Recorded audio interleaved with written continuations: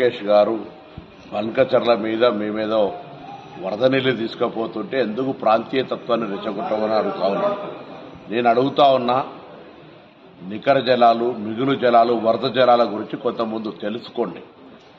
తెలంగాణకు ఆనాడు ఉమ్మడి రాష్ట్రంలో ఉన్నటువంటి నీటి లభ్యత దృష్ట్యా 968 టీఎంసీలు తెలంగాణకు, 531 టీఎంసీ ఆంధ్రప్రదేశ్కు ఇచ్చిన తర్వాత ఆ నికర జలాల మీదుగా మిగులు జలాలతో తీసుకున్న తర్వాత వరద జలాల గురించి ఆలోచించాలి.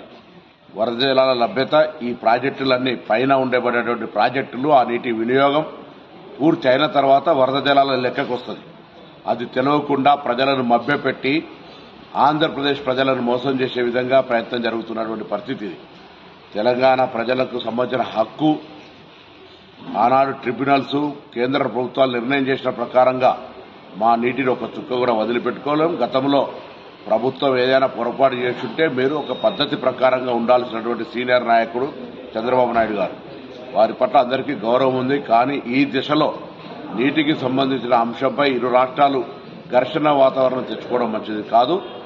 మా ప్రాజెక్టులు ఏదైతే గోదావరి మీ ప్రాజెక్టు పైన ఉన్నటువంటి పైన నీళ్లకు సంబంధించిన మా లభ్యత, నికర జలాల లభ్యత, మిగులు జలాల లభ్యత ఉపయోగించుకున్న తర్వాత వరద జలాలు సముద్రంలో కలవాలని ఎవరం కోరుకోం. సముద్రంలో కలిసే నీళ్లు మీరు వాడుకుంటే మాకు అభ్యంతరం లేదు.